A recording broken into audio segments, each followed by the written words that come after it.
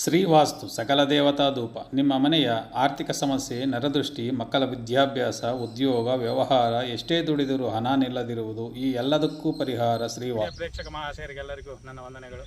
ನನ್ನ ಹೆಸರು ಬಂದು ಡಿ ಜಿ ರವಿಕುಮಾರ್ ಅಂತೇಳಿ. ನಾನು ಗುರುಪರಂಪರೆಯಿಂದ ವಿದ್ಯೆ ಕಲಿತು ಇವತ್ತು ನಾನು ವೈದ್ಯ ಮಾಡ್ತಾ ಬರ್ತಾಯಿದ್ದೀನಿ. ಯಾರಲ್ಲಾದರೂ ಏನಾದರೂ ಸಮಸ್ಯೆಗಳಿದ್ದರೆ ಕೆಳಗಡೆ ಬರ್ತಾ ಇರ್ತಕ್ಕಂಥ ನಂಬರ್ ಕಾಲ್ ಮಾಡಿದ್ರೆ ಅದಕ್ಕೆ ಸಂಬಂಧಪಟ್ಟಿರ್ತಕ್ಕಂಥ ಔಷಧಿಗಳು ನಮ್ಮಲ್ಲಿ ಸಿಗ್ತವೆ, ನಾವು ಕಳಿಸ್ಕೊಡ್ತೀವಿ. ಅದೇ ರೀತಿ ಇವತ್ತು ನೋಡಿ, ಕಕ್ಕೆ ಮರ ಸ್ವಲ್ಪ ನುಚ್ಚಿದೆ. ಈ ಕಡೆ ಒಣಭೂಮಿ ಆಗಿರೋದ್ರಿಂದ ಸ್ವಲ್ಪ ಕಾಯಿ ಸ್ವಲ್ಪ ಇದಾಗಿದೆ, ಇಲ್ಲಾಂದರೆ ಇನ್ನೂ ದಪ್ಪ ಬರುತ್ತೆ, ಇನ್ನೂ ಉದ್ದ ಬರ್ತವೆ. ಈ ಕಕ್ಕೆ ಮರ ಇನ್ನೂ ಎಳೆಯೋದು ಸ್ವಲ್ಪ. ಈ ಕಕ್ಕೆ ಮರದ ಕಾಯಿಗಳನ್ನ ನಾವೇನು ಮಾಡ್ಕೋಬೇಕು, ಶೇಖರಣೆ ಮಾಡ್ಕೋಬೇಕು. ಶೇಖರಣೆ ಅಂದರೆ ಬಲ್ತಿರ್ತಕ್ಕಂಥದ್ದು ಎಲ್ಲೋ ಹಳದಿ ಬಣ್ಣ ಬರಬೇಕು ನೋಡಿ. ಇದನ್ನು ಹಿಂಗೆ ಕಟ್ ಮಾಡಿದಾಗ ಒಳಗಡೆ ಹಳದಿ ಬಣ್ಣ ಬರಬೇಕು.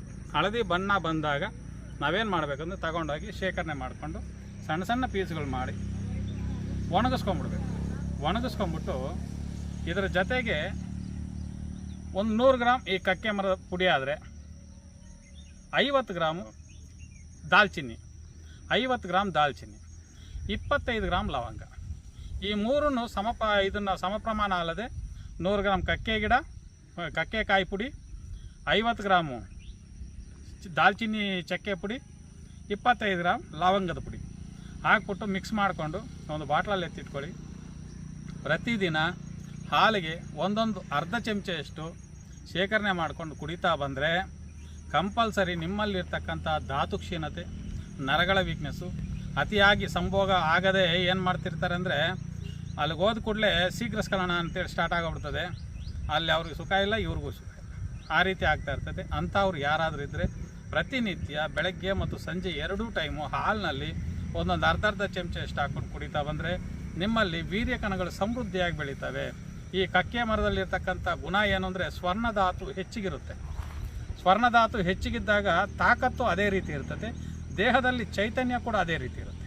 ಆ ಚೈತನ್ಯ ಬರಬೇಕು, ದೇಹದಲ್ಲಿ ತುಂಬ ಉತ್ಸಾಹ ಇರಬೇಕು, ಆರೋಗ್ಯವಾಗಿರಬೇಕು ಅಂತ ಯಾರಿಗಾದ ಇದ್ದಾಗ ಇಂಥ ಒಂದು ಸಮಸ್ಯೆನ ಬಗೆಹರಿಸ್ಕೋಬೇಕು ಅಂತ ನಿಮಗೆ ಮನಸ್ಸಲ್ಲಿ ಅನ್ನಿಸಿದಾಗ ನೀವೇನು ಮಾಡ್ತೀರಂದರೆ ಈ ಕಕ್ಕೆ ಕಾಯಿಗಳನ್ನ ಪೂರ್ತಿ ನೋಡಿ, ಇದು ಕಕ್ಕೆ ಕಾಯಿಗಳು ಎಷ್ಟು ಬೇಕೋ ಅಷ್ಟು ಶೇಖರಣೆ ಮಾಡ್ಕೊಳ್ಳಿ. ಮಾಡಿಕೊಂಡು ತಗೊಂಡೋಗಿ ನೆರಳಲ್ಲಿ ಒಣಗಿಸ್ಕೊಂಡು ತುಂಬ ಬೇಗ ಹುಳ ಬೀಳುತ್ತೆ. ಇದಕ್ಕೆ ಎಚ್ಚರಿಕೆ, ಹುಳ ಬಿದ್ದು ಹೋಯ್ತದೆ, ಒಳಗಡೆ ಒಂಥರ ಗೂಡು ಕಟ್ಕೊತದೆ. ನೋಡ್ಕೊಂಡು ಮಾಡ್ಕೋಬೇಕು. ಇದನ್ನು ಜಾನತನದಿಂದ ಮಾಡ್ಕೋಬೇಕು. ಇದನ್ನು ಮಾಡ್ಕೊಂಡ್ರೆ ಕಂಪಲ್ಸರಿ ನಿಮಗೆ ಆ ಒಂದು ಶೀಘ್ರಸ್ಖಲನ ಆಗ್ಬೋದು, ನರಗಳ ವೀಕ್ನೆಸ್ ಆಗ್ಬೋದು, ಕೆಲವರಿಗೆ ಹಸ್ತಪ್ರಯೋಗ ಮಾಡಿಕೊಂಡು ಧಾತು ನಷ್ಟ ಆಗಿರ್ತದೆ, ಮಕ್ಕಳಾಗೋದಿಲ್ಲ.